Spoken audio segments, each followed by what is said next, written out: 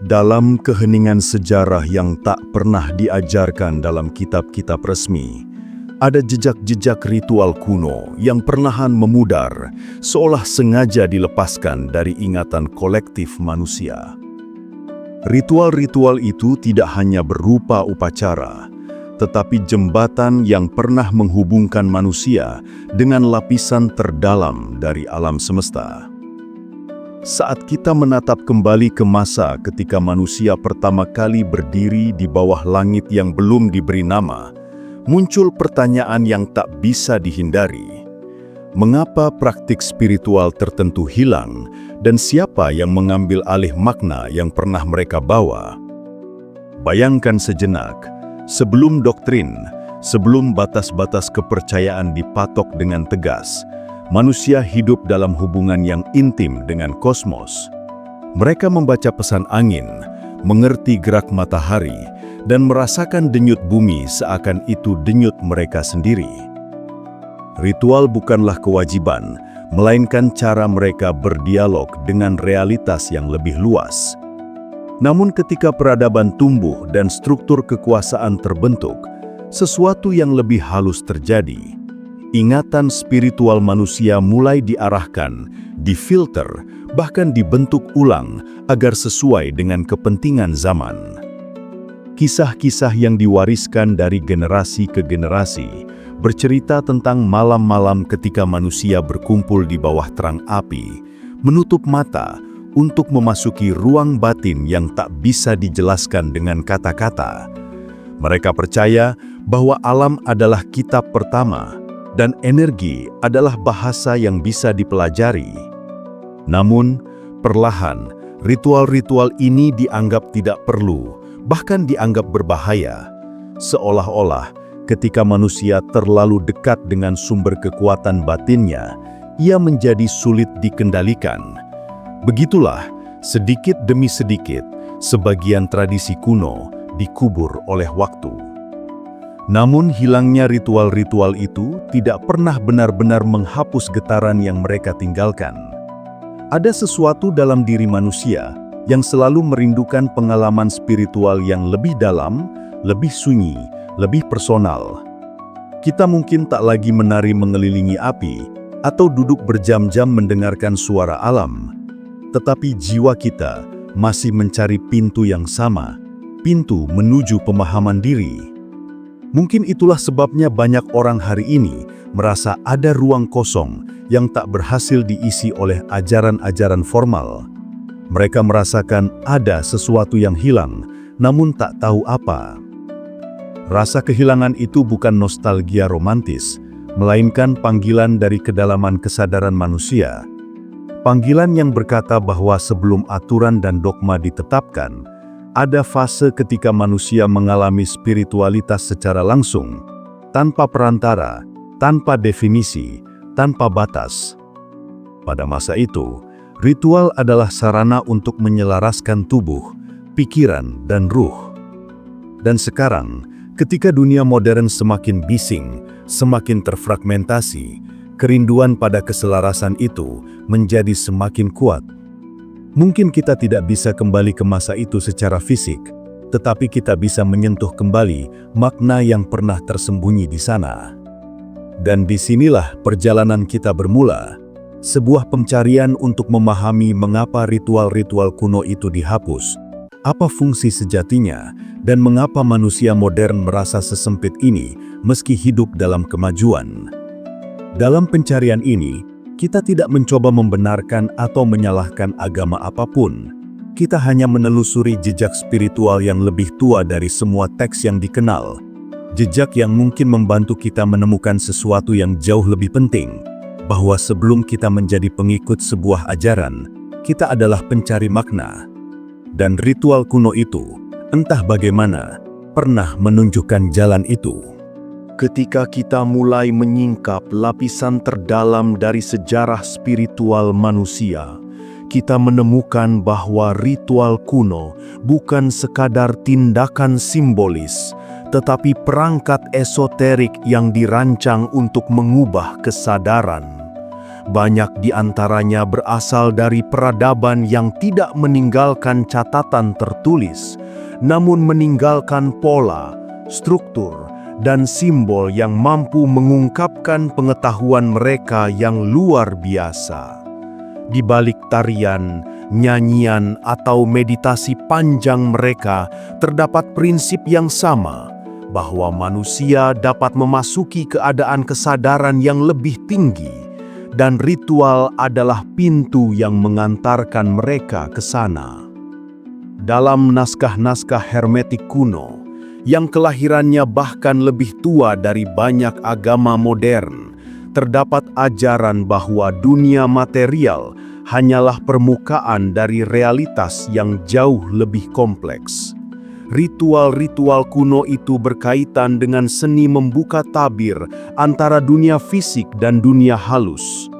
Para inisiat hermetik percaya bahwa setiap gerakan, setiap mantra, setiap simbol memiliki resonansi tertentu yang dapat mengetuk struktur tak kasat mata.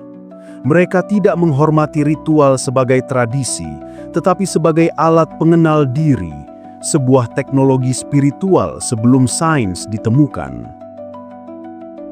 Sementara itu, di timur, tradisi-tradisi kuno seperti Taoisme dan praktik Praveda menggunakan ritual untuk menyelaraskan manusia dengan aliran energi kosmik. Mereka menyebutnya Qi, Prana, atau berbagai nama esoterik lainnya. Tetapi intinya sama.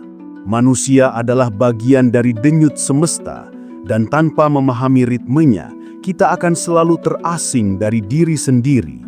Ritual tidak dibuat untuk menyenangkan dewa, melainkan membantu manusia memasuki tarian energi yang lebih besar.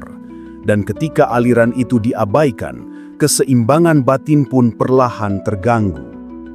Jika kita menelusuri catatan-catatan arkeologis dari budaya-budaya kuno yang terhapus, kita menemukan pola universal yang mencolok. Masyarakat yang dekat dengan alam selalu memiliki ritual untuk transisi kesadaran, baik itu untuk kelahiran, kematian, mimpi, atau perubahan musim. Setiap ritual adalah cara untuk memahami siklus, karena mereka percaya hidup tidak pernah berjalan lurus, tetapi berputar dalam lingkaran besar. Ketika struktur keagamaan modern mulai menghilangkan atau menggantikan ritual-ritual ini, manusia akhirnya kehilangan cara untuk berhubungan dengan ritme kosmik yang pernah mereka pahami secara instingtif. Ada pula ritual-ritual misterius dari budaya pra-Mesopotamia yang fokus pada perjalanan batin melalui simbol-simbol geometri. Meskipun tidak banyak diketahui, para peneliti esoterik meyakini bahwa bentuk-bentuk tertentu mengandung getaran yang menghubungkan kesadaran manusia dengan arsitektur semesta. Dalam ritual kuno, para peserta masuk ke dalam formasi tertentu, membiarkan tubuh dan pikiran mereka menyatu dengan pola itu. Jika kita melihat bagaimana simbol-simbol ini menghilang dari ajaran formal, kita bisa bertanya-tanya, apakah hilangnya itu disengaja atau sekadar konsekuensi dari perubahan zaman? Dan di antara semua ini, muncul satu kebenaran yang tak bisa diabaikan. Ritual kuno bukan hanya warisan budaya, tetapi bagian dari peta batin manusia. Ketika agama modern membentuk batasan-batasan baru, banyak ritual kuno dianggap tidak sesuai atau terlalu berbahaya, sehingga dihapus, disederhanakan, atau digantikan oleh bentuk lain. Tetapi jejak-jejaknya masih memanggil kita dari sudut-sudut sejarah, seolah berkata bahwa kita pernah mengetahui cara bekerja dengan energi, cara membaca simbol, cara mengubah diri dari dalam.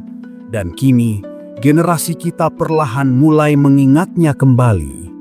Ketika kita menyelami lebih dalam makna ritual-ritual kuno itu, kita mulai menyadari bahwa sesungguhnya seluruh praktik tersebut tidak pernah benar-benar dimaksudkan untuk dunia luar.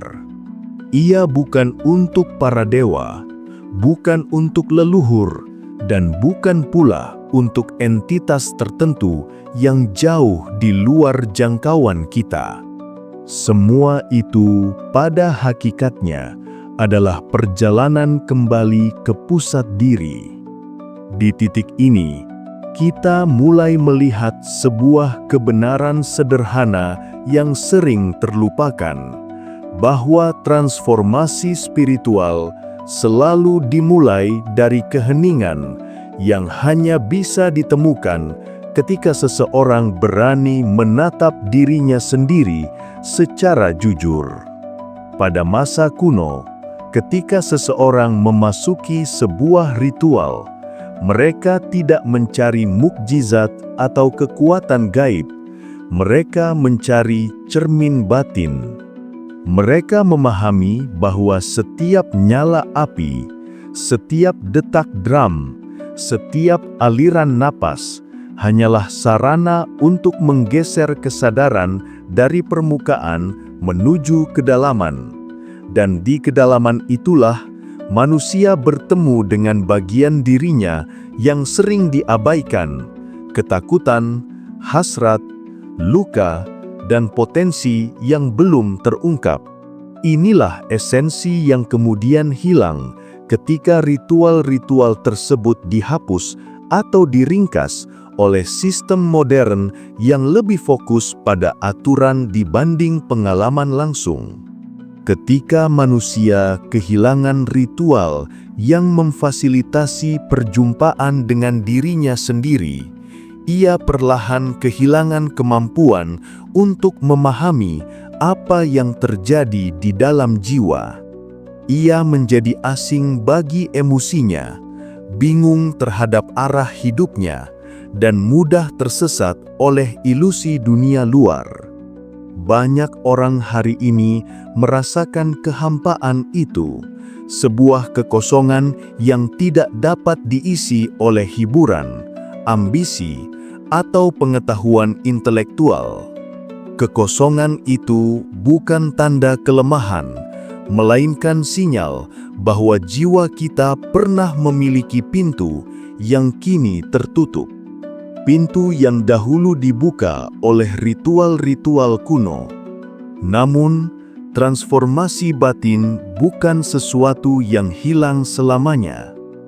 Ia hanya menunggu untuk disentuh kembali. Ketika seseorang mulai mendengarkan suara dalam dirinya, meskipun samar, dunia batin perlahan terbuka. Dan ketika dunia batin itu terbuka, manusia memasuki fase alkimia internal. Bukan alkimia logam, tetapi alkimia kesadaran. Proses mengubah ketidaksadaran menjadi pemahaman, mengubah luka menjadi kebijaksanaan, mengubah kebingungan menjadi kejernihan. Ritual kuno memahami proses ini, dan itulah sebabnya mereka dirancang dengan cermat untuk membawa manusia dari kekacauan menuju harmoni. Di dunia modern, kita mungkin tidak lagi memiliki gua suci, lingkaran batu, atau nyala api suci yang dulu digunakan sebagai tempat transformasi. Tetapi ruang batin itu tetap ada, tidak pernah hilang. Yang berubah hanyalah kemampuan manusia untuk meraihnya. Transformasi sejati tidak memerlukan tempat khusus, ia hanya memerlukan keberanian untuk berhenti sejenak, menutup mata, dan menenggelamkan diri ke dalam keheningan yang telah lama ditinggalkan. Dalam keheningan itu, kita mungkin mulai mendengar gema dari ritual-ritual kuno, bukan sebagai upacara, melainkan sebagai ingatan yang menuntun kita kembali pada hakikat diri. Dan perlahan, kita menyadari bahwa yang hilang bukanlah ritual itu sendiri, tetapi pengalaman yang dibangkitkannya, kesadaran akan energi, hubungan dengan alam, dan pengenalan diri yang mendalam. Ritual kuno tidak bertujuan menciptakan pengikut, tetapi membentuk manusia yang merdeka secara batin. Ketika kita kembali memahami hal ini, sebuah gerbang halus dalam diri terbuka, menunjukkan bahwa transformasi tidak datang dari luar, melainkan dari keberanian untuk pulang ke pusat jiwa. Inilah perjalanan yang akan membawa kita ke puncak pemahaman spiritual yang menanti di bagian berikutnya. Saat kita mencapai puncak perjalanan ini, kita mulai menyadari bahwa seluruh pencarian terhadap ritual kuno bukanlah usaha untuk menghidupkan kembali masa lalu, melainkan cara untuk menemukan sesuatu yang telah lama bersemayam di dalam diri. Segala misteri yang diselimuti oleh waktu, segala rahasia yang seolah dikaburkan oleh perubahan peradaban, ternyata berpusat pada satu hal, kesadaran manusia itu sendiri. Dan di puncak pemahaman ini, muncul satu kesunyian suci, seakan segala jawaban yang kita cari tidak pernah benar-benar berada di luar. Mereka selalu menunggu untuk ditemukan dari dalam. Dalam banyak tradisi esoterik, puncak dari seluruh ritual adalah momen ketika seseorang menyadari bahwa ia bukan lagi pencari, tetapi kesadaran itu sendiri.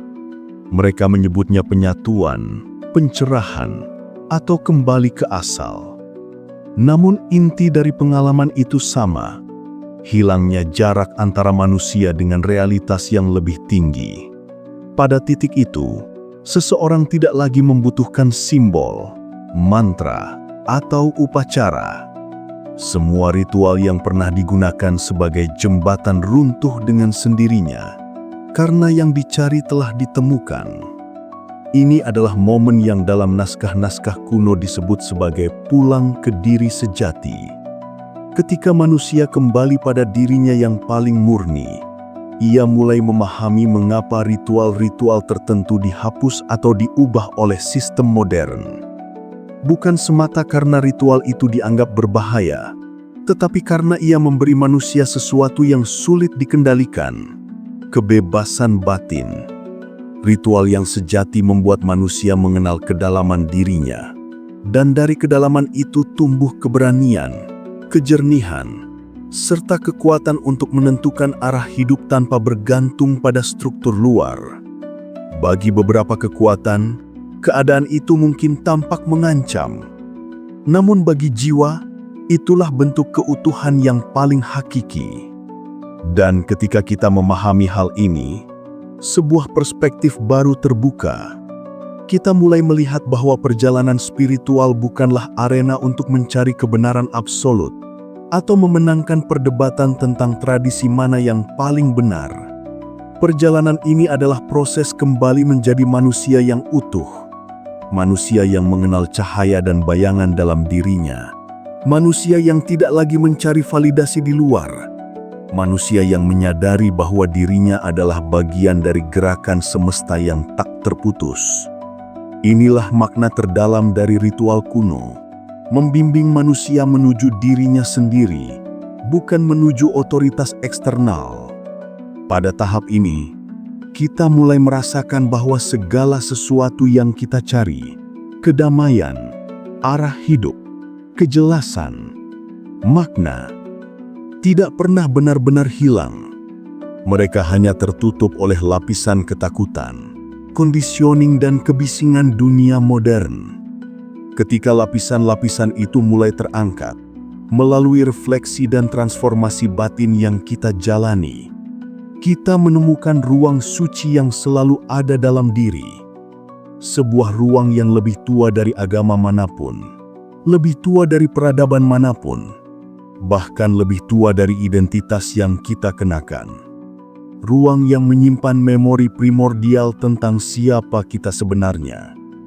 Dan akhirnya, ketika seluruh perjalanan ini mencapai titik tertingginya, kita kembali pada satu kesadaran, bahwa ritual kuno yang hilang itu bukanlah warisan masa lalu, tetapi pintu menuju masa depan kita sebagai makhluk spiritual.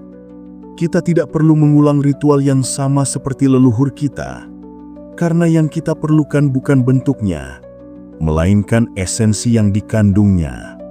Esensi yang mengajarkan bahwa jalan pulang selalu ada, bahwa cahaya selalu menunggu di balik kesadaran, dan bahwa pada akhirnya, segala pencarian membawa kita kembali pada satu tempat, diri yang sejati, sunyi, dan abadi.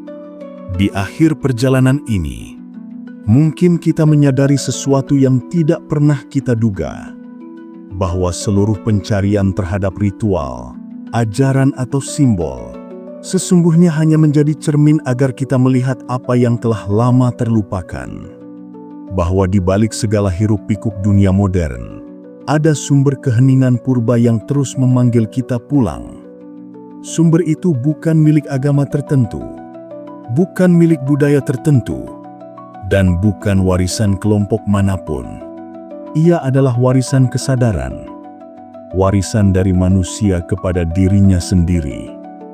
Dan ketika kita berhenti sejenak, bernafas perlahan, menurunkan segala kerumitan pikiran, kita mulai merasakan kembali aliran halus yang pernah dirasakan leluhur kita. Aliran yang tidak membutuhkan istilah, tidak membutuhkan perantara, tidak membutuhkan pengakuan apapun. Dalam aliran itu, kita hanya menjadi saksi. Saksi atas gerak batin yang tak pernah berhenti memanggil kita menuju kedalaman diri, menuju ruang di mana setiap pertanyaan menemukan keheningannya masing-masing. Pada akhirnya, perjalanan spiritual bukanlah tentang menemukan sesuatu yang baru, melainkan mengingat apa yang telah ada sejak awal, bahwa jiwa manusia tidak pernah benar-benar terputus dari sumbernya. Mungkin kita tidak lagi hidup di zaman ketika api suci menyala di tengah malam, atau ketika penjaga ritual menjaga gartang kesadaran. Namun percikan dari api itu masih hidup di dalam diri kita.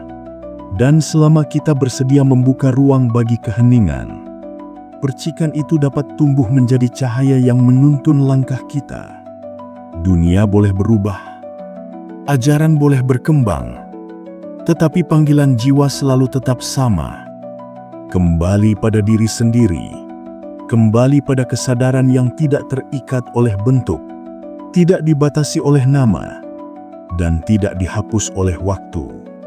Jika perjalanan batin ini menyentuh sesuatu di dalam dirimu, walau hanya sehalus bisikan, izinkan ruang ini tetap menjadi tempatmu kembali mencari makna, tempat untuk merenung, bertanya, dan mengingat jati diri yang sering tertutup oleh hiruk-pikuk dunia. Tetaplah bersama kami dalam pencarian ini, agar cahaya kecil dalam dirimu tidak padam, tetapi tumbuh menjadi lentera yang menerangi jalan kesadaranmu sendiri.